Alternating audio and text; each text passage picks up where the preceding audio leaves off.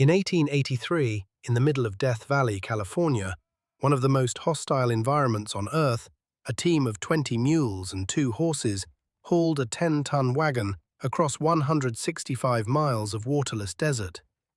The temperature reached well over 120 degrees. There was no shade, no relief, and no room for failure. The journey took 10 grueling days each way. And what were they hauling? Not gold, not silver, not diamonds. They were hauling a white powder, a simple mineral dug out of the dry lake beds, so valuable at the time that traders on the ancient Silk Road had been moving it by camel caravan for over 1,000 years. That mineral is borax, and the reason it was worth dying for in the California desert is the same reason it should be sitting under your kitchen sink right now. Because borax does something that no modern product in a brightly colored bottle can match. It kills mold at a cellular level, leaves behind an invisible protective shield, and costs less than $5 for a box that will last you years. If you have ever stared up at a dark patch spreading across your bathroom ceiling and felt that sinking feeling in your stomach, this video is for you. If you have ever called a mold remediation company and been handed an estimate for $3,000 to $5,000 for a single room, this video is especially for you. Welcome to Historia Prime. Today we are not just telling a story from the past, we are handing you a practical survival skill that stretches from 8th century Tibet through the goldsmith workshops of Renaissance Venice, across the deadliest desert in North America, and straight into your home. This is the story of the most underrated mold killer in history. Let us get into it. Part 1. Why your bleach is lying to you. Before we dig into the ancient solution, we need to talk about the modern mistake that almost everyone makes. When most people see mold on their ceiling, they reach for bleach. It makes sense. Bleach is what the commercials taught us. It is what the bright bottles on the supermarket shelf are designed to suggest. But using bleach on a porous surface, like a drywall ceiling, is one of the most counterproductive things you can do in home maintenance. Here is why. Mold is not a stain. It is a living fungus. It extends microscopic root structures called hyphae deep into porous materials like wood, drywall, and grout. Bleach, which is essentially sodium hypochlorite dissolved in water, is very effective on hard, non-porous surfaces like glass, tile, or sealed countertops. On those surfaces, it kills mold on contact. But when you spray bleach on a drywall ceiling, something different happens. The chlorine component oxidizes the surface pigment of the mold. The black stain turns white. Your ceiling looks clean. You think you have won. But you have only bleached the visible tip. The ionic structure of the chlorine cannot penetrate deep into the porous substrate where the roots are hiding. And here is the worst part. Commercial bleach is mostly water. After the active chemical evaporates within hours, it leaves no protective residue behind. The water component of the bleach solution actually seeps into the drywall, delivering moisture directly to the hidden fungal roots. You have not killed the mold, you have fed it. Within weeks, it grows back in the exact same spot, often stronger than before. This is not a conspiracy, it is just chemistry. Bleach was designed for hard surfaces.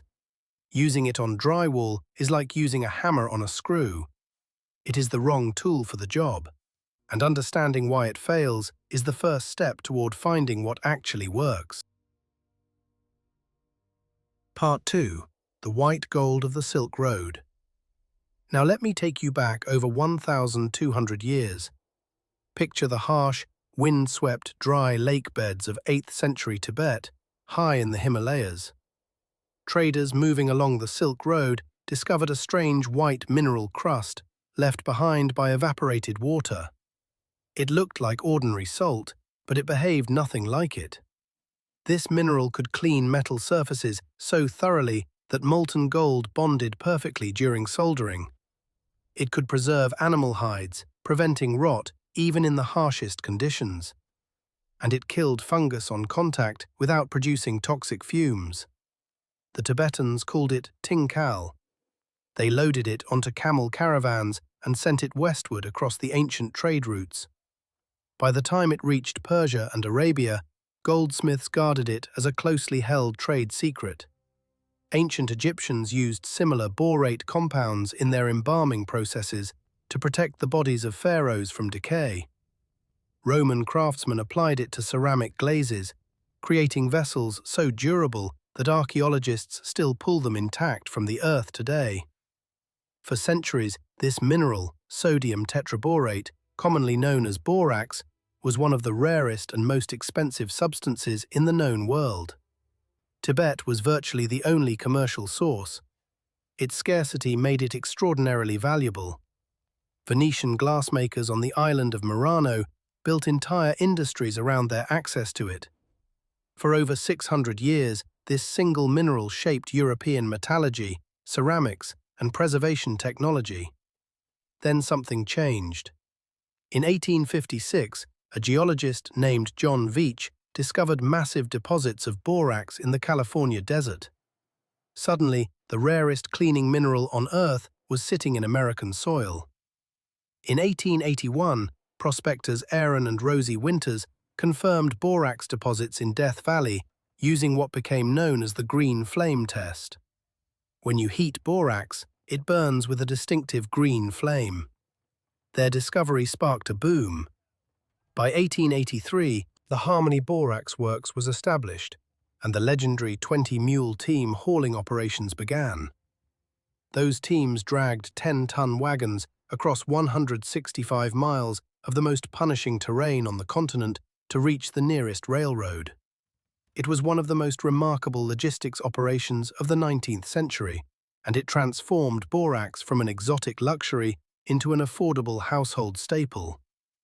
For over a century after that, every American grandmother kept a box of 20-mule team borax under her sink. It was the default household weapon against mold, stains, and insects. No hazmat suits, no toxic fumes, no professional crew required. Just a mineral that had been trusted by human civilization for over 1,000 years. Part 3. The chemistry of why borax actually works. So what makes borax effective where bleach fails? The answer is not magic. It is straightforward chemistry, and once you understand it, you will never look at your cleaning supplies the same way. Mold is a fungus. Most common household molds thrive in slightly acidic to neutral environments, typically surviving where the pH level falls between 3 and 7.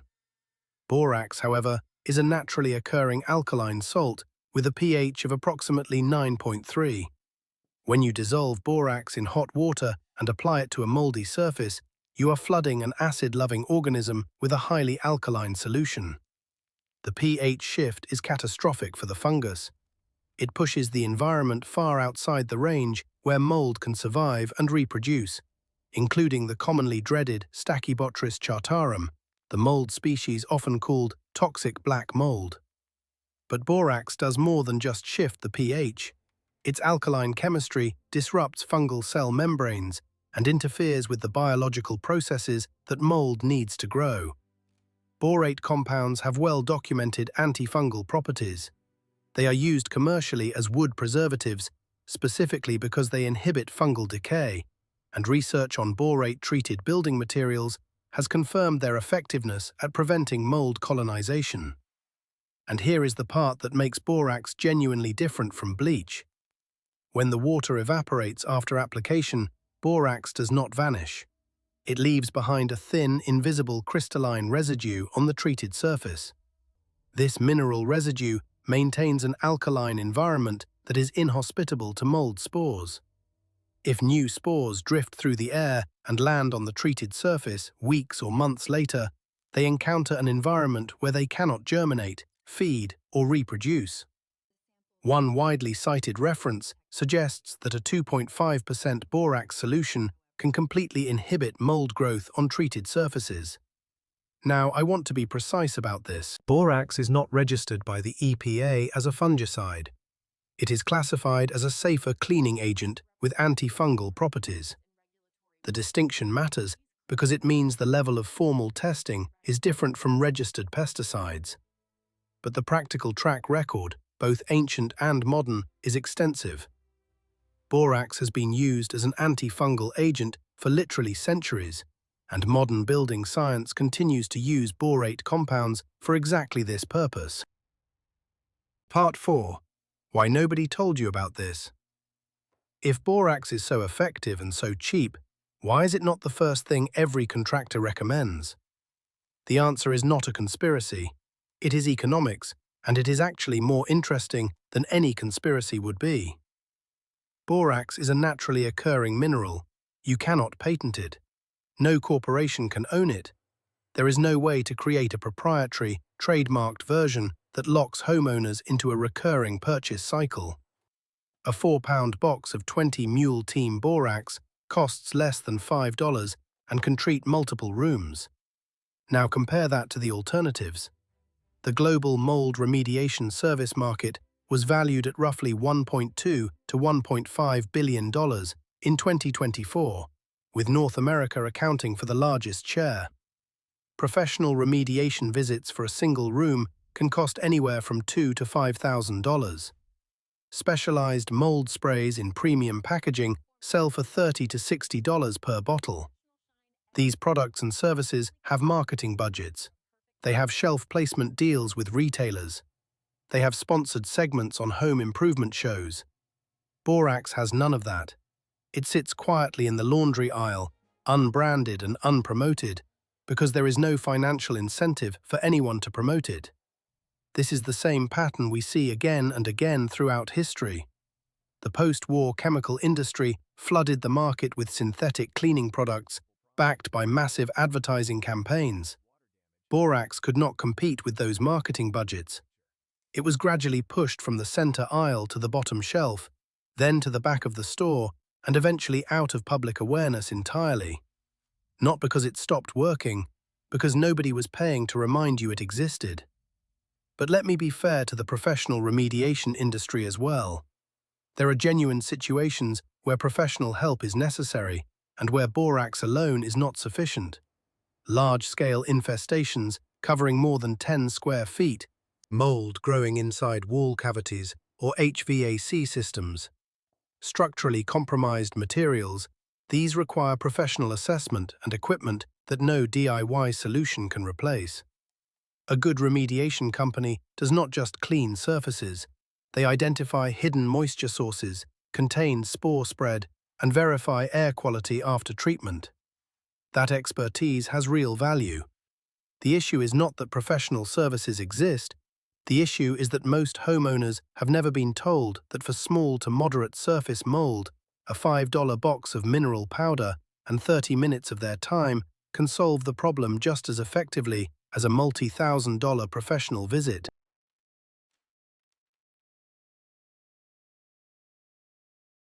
Part 5. The Step-by-Step Protocol. Now let us get practical.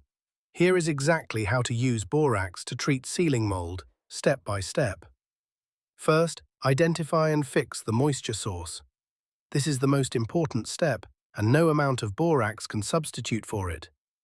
Mold needs water to survive.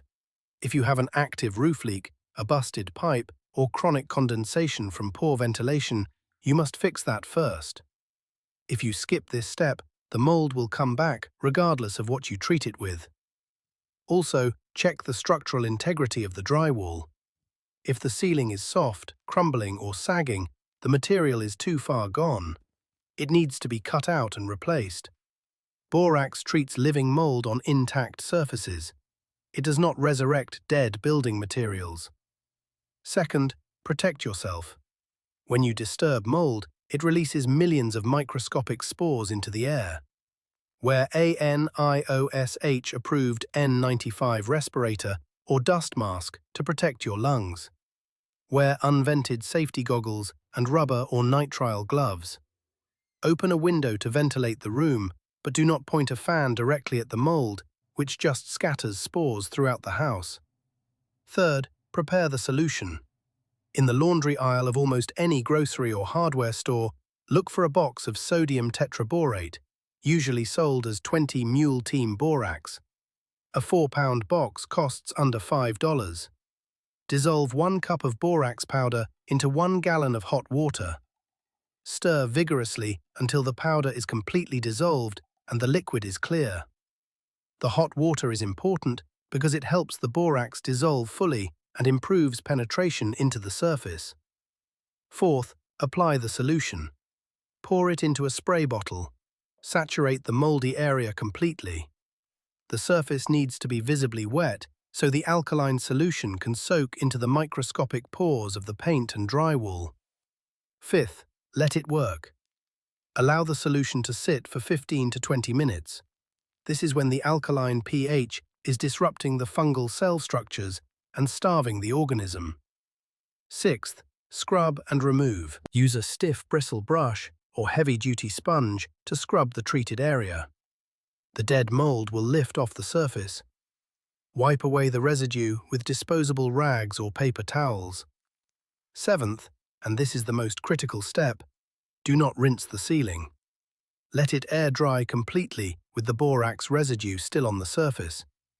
As the water evaporates, the borate crystals form a thin protective layer that discourages future mold growth. If you want to paint over the area, wait a full 24 hours until it is bone dry. Apply a stain-blocking primer first, then your finishing coat. The borax layer remains beneath the paint.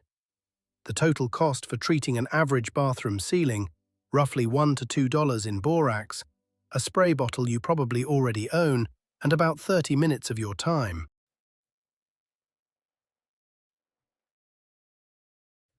Part 6. The honest limitations. Now, I want to talk about what borax cannot do, because credibility matters more than hype, and you deserve the full picture. Borax is most effective on surface mold and on surfaces where the residue can remain in contact with potential mold growth. On deeply embedded mold in heavily saturated drywall, borax alone may not be sufficient. If mold has penetrated deep into the material, the affected section may need to be physically removed and replaced. Borax is also not a registered EPA fungicide. It has well-documented antifungal properties and a centuries-long track record, but it has not gone through the formal EPA registration process for that specific use. This means it does not carry the same regulatory backing as registered mold treatment products. The protective residue borax leaves behind is real and effective, but calling it permanent requires a caveat. In areas with ongoing high humidity or repeated water exposure, the residue can gradually wash away or become less effective over time. Periodic reapplication may be necessary in chronically damp environments. And borax is not harmless. While it is far less acutely toxic than bleach, it is toxic if ingested. Keep it away from children and pets. Do not use it on food preparation surfaces. In the European Union, borax was reclassified as a substance of very high concern due to reproductive toxicity findings in animal studies involving chronic high-dose ingestion. In the context of treating a ceiling, where you are not eating the product, the risk profile is very different from ingestion. But you should always wear gloves, eye protection, and a dust mask during application. The bottom line. For small to moderate surface mold on intact drywall, where the moisture source has been fixed, borax is an excellent, proven, and remarkably cheap solution. For large infestations, hidden mold, or structurally compromised materials, call a professional. Knowing the difference is part of being genuinely self-reliant. Part 7. What the ancients understood. Let us step back and look at the bigger picture. The story we have traced in this video stretches across 12 centuries. Tibetan traders identified a mineral that killed fungus and preserved materials. They sent it along the Silk Road to goldsmiths and embalmers who built their crafts around it. Venetian glassmakers shaped entire industries on their access to it. American prospectors risked their lives in Death Valley to bring it to market. And for over a century, it was a standard item in every American household. Then, In the span of about 40 years, the synthetic chemical industry replaced it in public consciousness with products that cost more, work differently, and in the specific case of bleach on porous surfaces, work less effectively. Borax did not stop working. It was never disproven. There was no scientific discovery that made it obsolete. It simply could not compete with the advertising budgets of proprietary chemical products. And because no corporation could patent it, no corporation had a reason to promote it. This pattern repeats throughout history, and recognizing it is one of the most valuable skills you can develop. When you encounter a problem, ask yourself, what did people do before the modern product existed? What was the original solution, and why was it replaced? Sometimes the replacement is genuinely better, but sometimes the replacement just has a better marketing department. Here is what I want you to take away from this. If you have mold on your ceiling, fix the moisture source first. Then try borax before you call a contractor. A 4-pound box and 30 minutes of your time might save you thousands of dollars. Protect yourself with proper safety gear, manage the application responsibly, and share this knowledge with someone who needs it.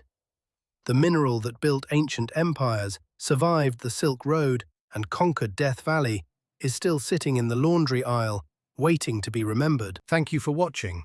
If this video gave you something valuable, hit subscribe and share it with a homeowner who needs to see it. Until next time, stay curious, stay self-reliant, and welcome back to Historia Prime.